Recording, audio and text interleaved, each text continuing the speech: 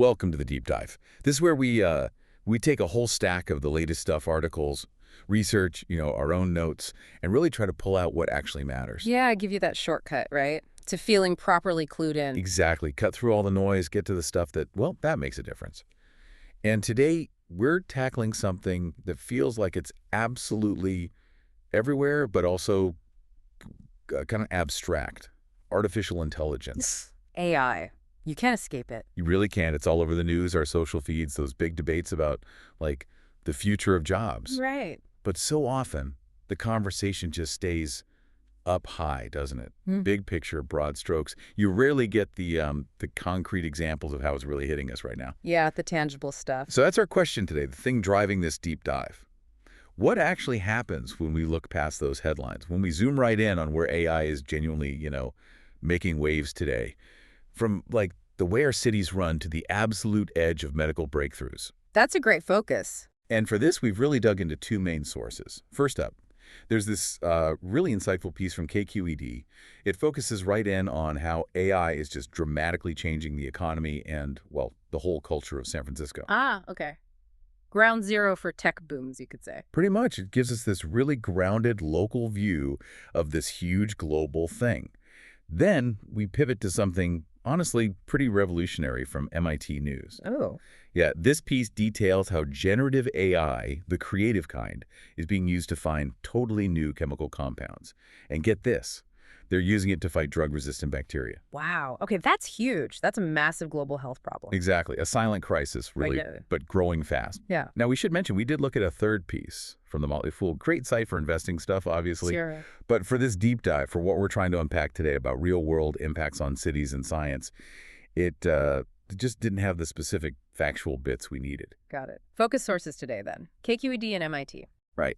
So our mission, for you listening, is to pull out the most important bits, the surprising insights from these two, and give you that quick, but still really thorough grasp of AI's current, sometimes kind of startling effects. So yeah, let's unpack this. Get ready for some facts, some aha moments that'll make you feel genuinely in the know about AI. It's definitely a vital mission because, like you said, AI can seem abstract, but its actual footprint, it's anything but. These sources really bring that home, the immediate, concrete effects. AI isn't just coming, it's already here, changing things, fundamentally. Couldn't agree more. And those tangible changes, that's where it gets really fascinating. So, okay, let's start this deep dive. Let's head to that city, the one that's almost defined by tech booms and busts, San Francisco. The crucible. Exactly. Yeah. The KQED article starts by reminding us of something really basic about SF. It's always been a boom and bust town. Always. It's deep in its history. Right. This isn't new for them. It's like, it's in the city's DNA, going all the way back to the gold rush. Think about that 1848. Gold's discovered. It wasn't just an event. It was like an economic earthquake. Overnight transformation. Totally. Suddenly this flood of people, prospectors, entrepreneurs, money, just pours into it. Was basically a sleepy little outpost. It becomes this chaotic hub of, fast money, but also massive instability, huge social changes, often really stark inequality too. And the busts always follow, right? Leaving their own marks. Always. Reshaping everything again. And what's really interesting there, that history, that repeating cycle of boom and bust, it doesn't just make the city, tough. It actually kind of primes it for new things, new industries, like AI. How do you mean primes it? Well, the city, its people, they've sort of developed this adaptability over generations, a capacity to absorb these dramatic shifts, maybe even capitalize on them. So when a really transformative new tech comes along, San Francisco is kind of uniquely positioned culturally and economically to jump on it. Ah, okay. They've learned how to ride the wave, so to speak. Exactly. Learn through, sometimes painful experience, how to manage, even drive these intense economic bursts. You could almost argue the city's become kind of dependent on that disruptive energy to keep its cycles going. So it's not just that they tolerate change, they almost need it. Or at least they're built to expect it. And you see that more recently too, right? The dot-com bubble. Late 90s, early 2000s. Oh, absolutely. A perfect parallel. Huge surge of tech money, jobs, hype, and then that painful crash. I mean, property prices went absolutely insane, new companies everywhere. And then vanished just as fast. Right. And the city filled up with young tech workers, changing neighborhoods, changing the whole vibe. So when KQED calls SF a boom and bust town, it's not just history. It's the living context for the AI boom right now. Yeah. You have to see that pattern to get why this feels, well, familiar in a way. Even if the tech itself is something else entirely. Exactly. And that's the key nuance, I think. It is another boom, but maybe the most transformative one yet. Is AI different in scale? The KQED piece seems to suggest it might be challenging the city's ability to adapt in a totally new way. That's a very real possibility. The sheer speed, the breadth of AI, it feels like it could integrate into everything much faster and deeper than previous waves.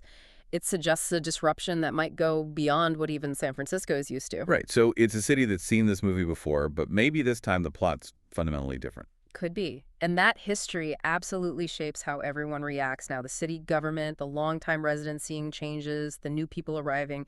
It's all part of this ongoing, often a turbulent story for SF. Crucial context. Okay, so let's get into the nuts and bolts of this AI boom, according to the KQED article. How's it actually happening? What are the mechanics? Well, they point to a few interconnected things. First, and maybe the most obvious driver, is just this colossal flood of venture capital, VC money. Billions, right. Billions pouring into AI startups and companies there. And this isn't just, seed money. It's huge, sometimes speculative, investment fueling really rapid growth. And when companies get that kind of cash, they expand fast. They hire like crazy, and they need somewhere to put everyone. They need offices, labs, facilities, a physical footprint. which naturally leads to the next point, real estate. Exactly. That VC money translates directly, almost immediately, into soaring demand for office space, commercial real estate. The article says AI companies are actively scooping up properties, whole buildings, big blocks of space. And that's not just like a minor market shift. That hits everyone, doesn't it? Oh, absolutely. It dramatically changes the market dynamics for everyone in the city. Think about small businesses, nonprofits that have been there for ages, even residents needing housing. When prime commercial space gets snapped up and rents skyrocket, It creates huge pressure. huge pressure, it can push out smaller players, force relocations, and yeah, it definitely impacts housing costs too, making SF's affordability crisis even worse. It really becomes a fight for physical space. And at the same time, you've got the talent factor. Yeah. The boom is like a magnet for people with AI skills, right? A massive magnet. Researchers, engineers, data scientists. Yeah. The top minds in machine learning, deep learning, they're all heading to San Francisco or already there. Creating this super competitive environment for talent. Intense bidding wars for the best people. And that influx just cements SF's position as the global AI hub, which then attracts more companies, which pulls in more talent. It's that self-reinforcing cycle. And you see concrete examples of this, like the new OpenAI headquarters they mentioned. Open March 10th, 2025, in Mission Bay. Right, and that's not just OpenAI moving office. That's a statement. How so? It's a major marker of AI's physical presence. It's long-term bet on San Francisco. Planting a flag, it changes neighborhoods like Mission Bay, new infrastructure, different services pop up, a new kind of energy. It shows the industry is really committing to the city. Okay, so big money, big demand for space, big concentration of talent, big physical presence like OpenAI. That covers the economic engine. But the KQED piece mentioned economy and culture. Right, and while it leans more into the economic mechanics, you absolutely have to infer the cultural impact. It's unavoidable. How did that play out? Well, think about it. This huge injection of wealth, the crazy demand for space, this specific group of often highly paid tech workers arriving, that has to shift the city's social fabric significantly. I mean, like what kinds of businesses thrive? Exactly. Maybe that old family bakery or the local bookstore starts struggling with the rent, or their customers change. And maybe they get replaced by, fancy coffee shops, specific lunch spots, niche services aimed right at that tech crowd. Yeah, I can see that. It's not just a theory. It can really change the whole feel of a neighborhood. You can get this sense of almost two cities coexisting. Different economic realities, different social circles, and that raises real worries about, is the city losing its unique character? What about the people not in the AI boom? Teachers, artists, service workers, can they still afford to be there? The affordability and displacement concerns, major issues in SF already. And this potentially pours fuel on that fire. That diversity San Francisco was known for, it's under immense pressure. That's a critical angle. It's not just economics, it's the social soul of the city. And this influence stretches beyond SF itself, doesn't it? The article mentions discussions about Silicon Valley's influence in Washington, D.C. Right. They talked to reporters like Queenie Wong from the LA Times, Jake LaHutte from Wired, about Silicon Valley's fluctuating influence in D.C. Fluctuating. That word seems important, not just growing, but up and down. Exactly. That's a really crucial insight. It suggests the relationship between tech, including AI now, and national policy isn't simple. It's not just tech getting more and more powerful linearly, it's dynamic, it evolves, it's constantly being negotiated. So like a push and pull. Precisely, it's complex, sometimes contentious. It suggests ongoing debates about how AI should be governed, how it should be regulated, or maybe how it should be supported by the government. Can you give an example? Sure. Think about times when tech seemed to have huge sway maybe on innovation policy or getting visas for skilled workers.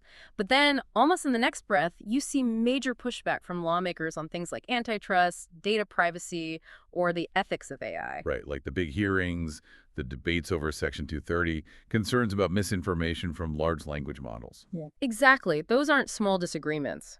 They're fundamental clashes between tech's drive for maybe faster innovation and society's need for rules and safety nets. So this fluctuating influence means tech's power in D.C. isn't fixed. It's a constant negotiation. Sometimes they win, sometimes they face real headwinds, public anger, or tough legislation. It makes sense. And what's just fascinating is seeing how fast these huge economic shifts, like the AI boom, ripple outwards into these broader societal debates, these political conversations. It ends up shaping not just how we live and work day to day, but fundamentally how we're governed, how power works. It's this continuous adjustment, high-stakes stuff. That's a really powerful way to frame it. Okay, so we've seen AI's impact on a city, the economy, the culture, even the political ripples. Huge changes, big challenges.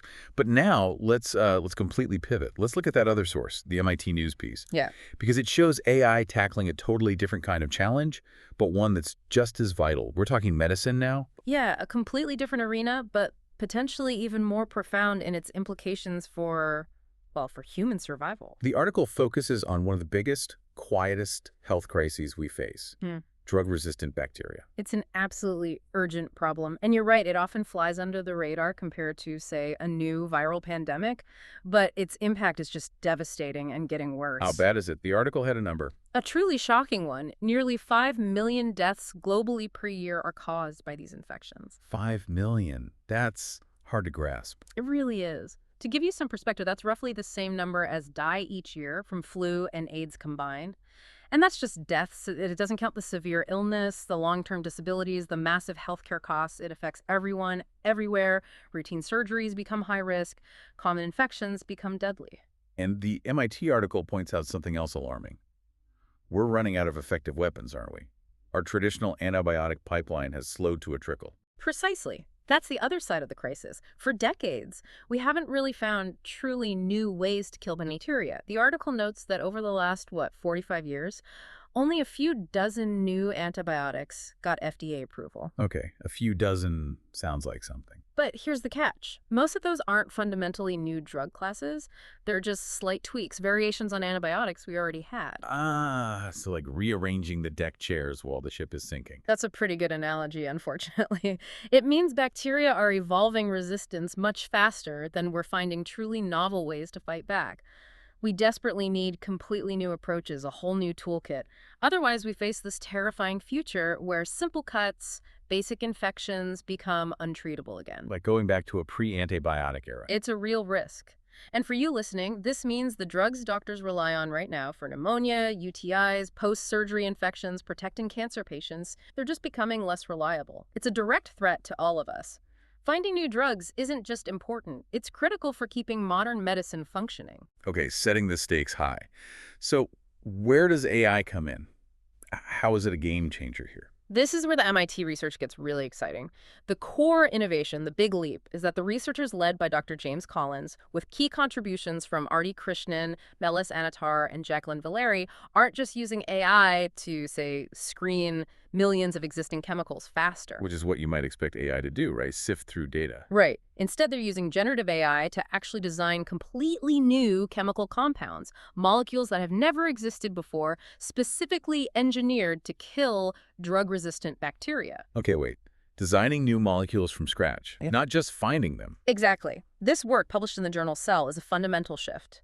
Generative AI doesn't just analyze, it creates. It learns the rules of chemistry and biology, and then it generates novel designs, novel molecular structures tailored for a specific job in this case, killing tough bacteria. It's moving from discovery to invention. Wow. Okay, that feels like sci-fi almost. It's like going from searching a giant library for the right book to having an author who can write the exact perfect book you need on demand. That's a great way to put it, and the article uses this term, exploring chemical space. It sounds technical, but it really gets to the heart of why this is so powerful. Yeah, unpack that for us. Exploring chemical space. What does that mean in practice? Okay, so imagine the sheer number of possible ways atoms could be arranged to form stable molecules. It's practically infinite. That's chemical space. Mind-bogglingly huge. Exactly. Now, traditional drug discovery, it tests maybe hundreds of thousands, maybe a few million compounds. That sounds like a lot. But compared to the infinite possibilities in chemical space, it's like searching for a needle in a haystack the size of the universe, and you're only looking in one tiny corner. You stick to what you know, basically. Pretty much. You test variations of things that worked before, but generative AI, it can explore that vast, uncharted territory much more systematically and intelligently. It's not just random guessing. How does it explore? It uses these incredibly complex algorithms trained on massive data sets about known molecules, how they interact, their shapes, their properties. It learns the underlying language of chemistry and biology. Then it starts generating new molecular structures that follow those rules but haven't been seen before, and predicts which ones are most likely to have the specific antibacterial properties they're looking for. So it's designing and testing virtually millions of possibilities. Incredibly fast. Faster than we could ever dream of doing in a physical lab.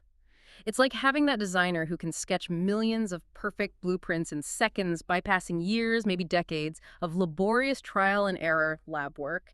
It massively shortens the path from an idea to a potential drug candidate. A huge leap in efficiency, but also in creativity, finding things we might never have stumbled upon otherwise. That is genuinely incredible. And you mentioned this isn't just theory. They're moving these discoveries forward. What are the practical next steps? Right, it's not staying in the academic sphere. The article highlights a key collaboration they have with a company, Fair Bio. Okay. And their goal is specifically to advance the most promising AI-designed compounds through preclinical work. That means doing the essential lab and animal testing to figure out safety, dosage, effectiveness, all the groundwork needed before you can even think about testing in humans. So, taking it from AI design to potential real-world therapy. Exactly. It's that crucial bridge. The AI helps find the starting candidates much faster, making that preclinical pipeline potentially much more efficient. And are they only focused on one type of bacteria, or is this broader? That's another really important point. The platforms they've developed, they're already applying them to other dangerous bacteria. The article specifically mentions Mycobacterium tuberculosis, the bug that causes TB, still a huge killer globally. Wow, okay. TB. And also Pseudomonas aeruginosa, which is a really nasty one you often find in hospitals, especially affecting vulnerable patients. So the AI approach isn't just a one-trick pony, it's adaptable. Hugely adaptable. It shows this isn't just solving one problem.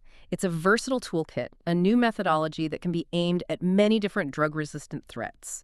That demonstrates the massive long-term potential here. This could really change how we fight infectious diseases across the board for years to come. The scalability is key. Mm. And you get a sense of how big a deal this is perceived to be when you look at who's funding it, right? Oh, absolutely. The list is impressive and diverse. You've got the U.S. Defense Threat Reduction Agency suggesting national security implications. Right, biodefense. The National Institutes of Health, which is the big medical research funder. But also major philanthropic groups like the Audacious Project, Flu Lab, the Seagrape Foundation, the WIS Foundation via Rosamund Zander and Hans Jurgwes, even an anonymous donor. So it's not just one sector betting on this. It's government, health agencies, private philanthropy. Exactly. It signals this huge shared belief across different sectors that this AI-driven approach is critically important and holds immense promise. It's a massive vote of confidence. It really is. So if you step back and look at the big picture here, this research is about using a totally new, incredibly powerful weapon generative AI to fight back against that silent, deadly pandemic of drug resistance. It has the potential to completely redefine how we approach medicine, how we develop drugs for decades. It's shifting the paradigm, potentially giving us a real strategic advantage in that ongoing arms race against evolving bacteria. Okay, so let's try and weave these two threads together. What does this all really mean? We've seen AI driving this intense economic boom in San Francisco, reshaping the city, its jobs, its culture, even its political clout, creating both opportunity and massive challenges. Right, the urban impact. And then at the very same time, we see AI on the absolute cutting edge of science, designing brand new molecules to fight superbugs, tackling a global health crisis that threatens modern medicine itself. A life-saving potential. It really shows AI as this technology with immense, almost contradictory power, doesn't it? That duality is spot on. And it's why understanding AI now is so crucial. It's not just a business tool, not just a science project. It's this powerful, multifaceted force that's reshaping our cities, our economies, our social structures. And potentially our health and survival. Exactly. It's simultaneously a source of profound economic disruption and maybe our best hope for solving some huge global challenges. Its effects are just so pervasive, touching almost everything. We have to think broadly, critically about what it all means. It's way more complex than the simple good or bad narratives you often hear. Absolutely. It forces you to look past the headlines, get into the specifics, like we tried to do today, seeing the real-world consequences, whether it's rent prices in SF or a new molecule designed in a lab. So just to recap for everyone listening, today we took that deep dive into two really distinct but equally powerful examples of AI's impact. First, its tangible effect on cities, on economies, on culture, using San Francisco as a case study.